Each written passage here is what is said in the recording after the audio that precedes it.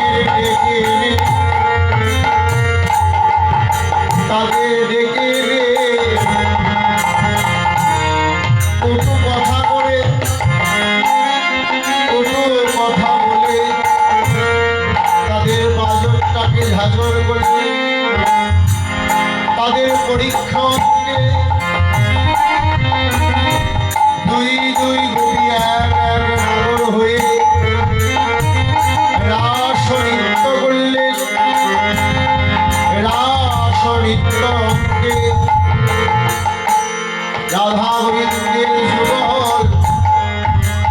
যুগলকে জল গেলি শুষ্ক বসন পরিধান শ্যাময়ঙ্গে অঙ্গ দিয়ে রাধা গোবিন্দ ঘুমালে। এটাই লীলার মুখ্য বিষয়। তবে লীলা সময় দণ্ডগত গৌড়ীয় বৈষ্ণব ভজন গতিকা অনুসারে এই লীলার সময় হচ্ছে 12 দণ্ড। আধুনিক সময় কিংবা এখনকার সময় 4 ঘন্টা 48 মিনিট। লীলার আস্বাদনকারীকে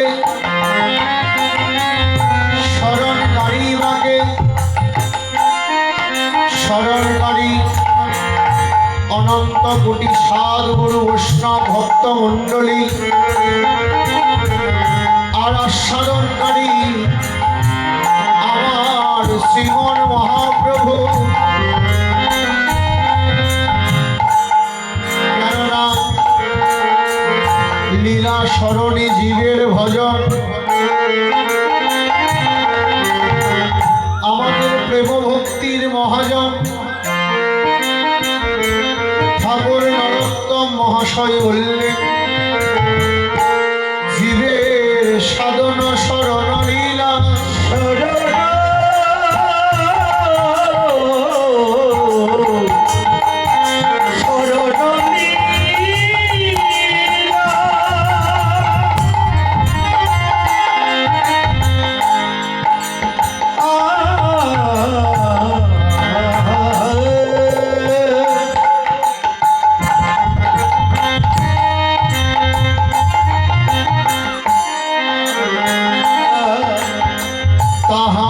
না করো হেলা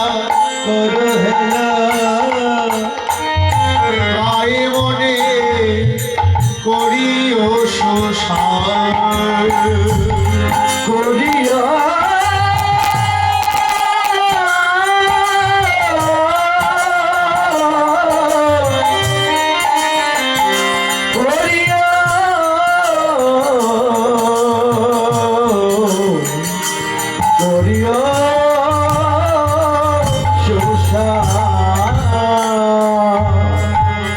বৈষ্ণব, লীলা স্মরণই হচ্ছে একমাত্র ভজনের উপায়। এই যে আপনারা রাত্রি জেগে বসে আছেন, এটাই আপনাদের ভজন। শাস্ত্রে রয়েছে কি জানেন? চারিদণ্ড শুতে থাকি, শয়নে রাধা গোবিন্দ দেখি, গোবিন্দ দেখি। যারা চারিদণ্ড, দণ্ড মানে কি জানেন? 24 মিনিটে এক দণ্ড। তাহলে চারিদণ্ড কাকে বলে? মাত্র 94 মিনিট, 96 মিনিট। তাহলে এই মাত্র 96 মিনিট এক ব্যক্তি ঘুমাতে পারে।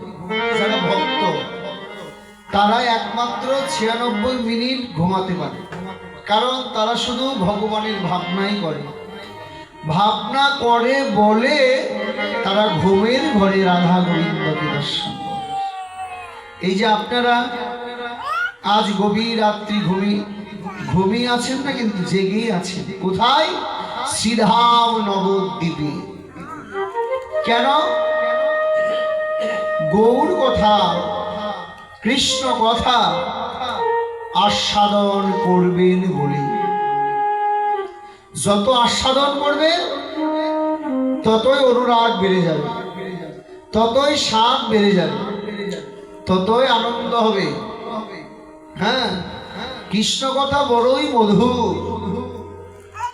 যে এই মধুর রসে ডুবতে পেরেছে সে জনমের মতো ভগবত ভক্তি লাভ করেছে। ডুবার উপায় না জানলে কিন্তু ডুবে যাবে। ডুবতে হলে আগে ভাসতে হবে, তাই না?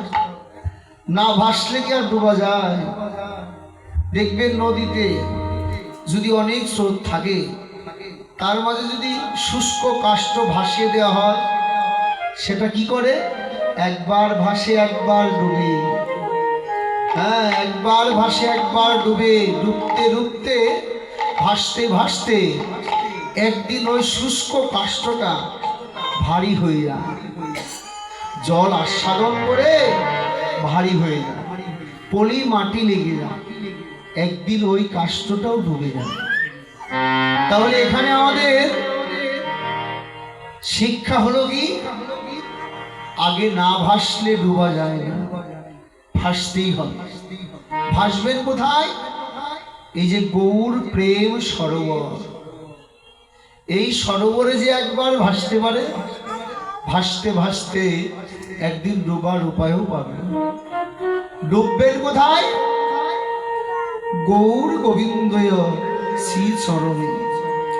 যে চরণ পেলে জগৎ জীবের আর কোনো কিছু প্রয়োজন হয় না, কোনো অভাব থাকে না, দুঃখ থাকে না, কষ্ট থাকে না।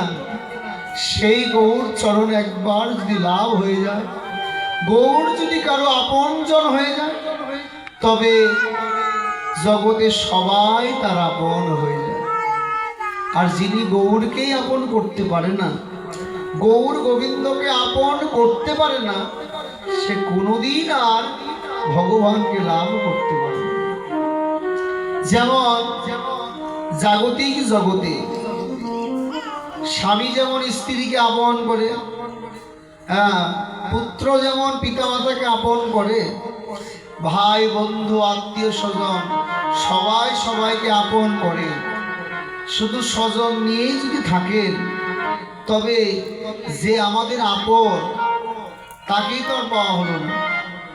তাকে পেতে হলে আগে তার চরণে আত্মসমর্পিত হতে হবে। সমর্পিত না হলে কোনোদিন প্রভু তাকে গ্রহণ করে না। যদি সমর্পিত হতেই পারে, এক জন্মে নয়, জন্ম জন্মান্তরের জন্য ভগবান তাকে গ্রহণ করে ফেলে। তার দেহ গৌর গোবিন্দ সেবায়ও লেগে যায়। তাই এই যে বসে আছেন, আপনারা বড়ই সৌভাগ্যবান। অনুরাগ নিয়ে বসে আছে। এই যে ভজন করবেন বলে যারা ভোগী তারা ভোগের ঘরে গিয়ে ঘুমালে, আর যারা ত্যাগী তারা সর্বস্ব ত্যাগ করে এখানে বসে আছে। কেন বসে আছে? কিছু পাওয়ার জন্য। দেখে এখানে তো কিছুই না। যেমন আমরা সকাল হলে কাজে কর্মে ব্যস্ত হয়ে যায়, কেন কেন কিছু টাকা উপার্জনের জন্য। আর এখানে থাকলে কি পাবেন? টাকা তো পাবেন না, পাবেন কি? কৃষ্ণ প্রেম আর ভক্তি। এখানে থাকলে পাবেন কৃষ্ণ প্রেম আর ভক্তি। যে প্রেম ভক্তি পেলে ভগবানকে আপন করে পাওয়া যায়। বলতে পারেন কেমন? যেমন জাগতিক জগতের একটু কথা বলতে হবে। কথাটা হচ্ছে, কেউ যদি কাউকে ভালোবাসে বা ভালো লাগে, ভালো লাগা থেকেই তো ভালোবাসা হয়। তাহলে ভালোবাসা হয়ে গেল, ভালো লেগে ভালোবাসা হয়ে গেল। যদি জাগতিক জগতে কাউকে দেখে ভালো লেগে ভালোবাসা হয়, তাহলে আমার ভগবানের সাথে ভালোবাসা করলে কি হয়? ভগবানকে ভালোবাসলে কি হয়? ভগবানকে আপন করলে কি হয়? তাহলে যদি ভালোই বাসতে হয় তাকেই ভালোবাসো। যাকে ভালোবাসলে সে কোনোদিন তোমাদের কষ্ট দেবে না। আর এই জাগতিক জগতে ভালোবাসলে তারা একদিন না একদিন বিনিময়ে তোমাকে কষ্ট দেবে, দুঃখ দেবে, আঘাত দেবে, কিন্তু আমার প্রভু কোনোদিন আঘাত দেবে না। এটাই হচ্ছে প্রভুর কৃপা। তাই শচীর দোলালিয়া গৌর হরি শচীর মন্দিরে ঘুমিয়েছিলেন। এমন সময় শারদীয় চাঁদের উদয় হয়ে গেল। মৃদু মন্দ পবন বইছে গঙ্গার কোলে।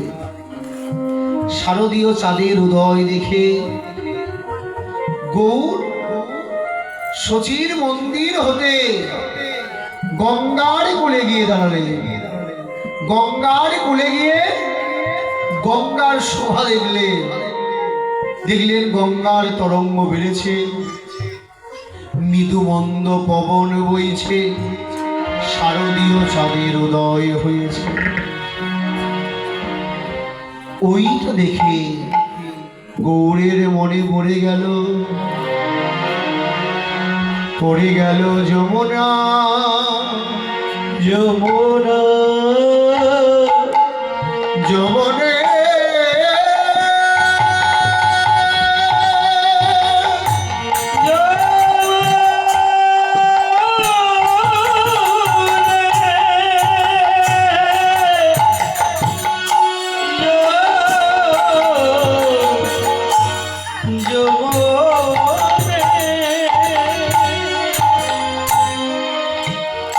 গৌর হরি মনে পড়ে গেল। কি মনে পড়ে গেল? গঙ্গাকে দেখে ভাবলেন যমুনা। হ্যাঁ, গঙ্গাকে দেখে কি মনে করলে? যমুনা মনে করলে। কি যমুনে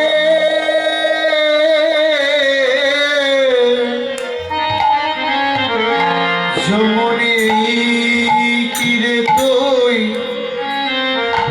প্রভা হে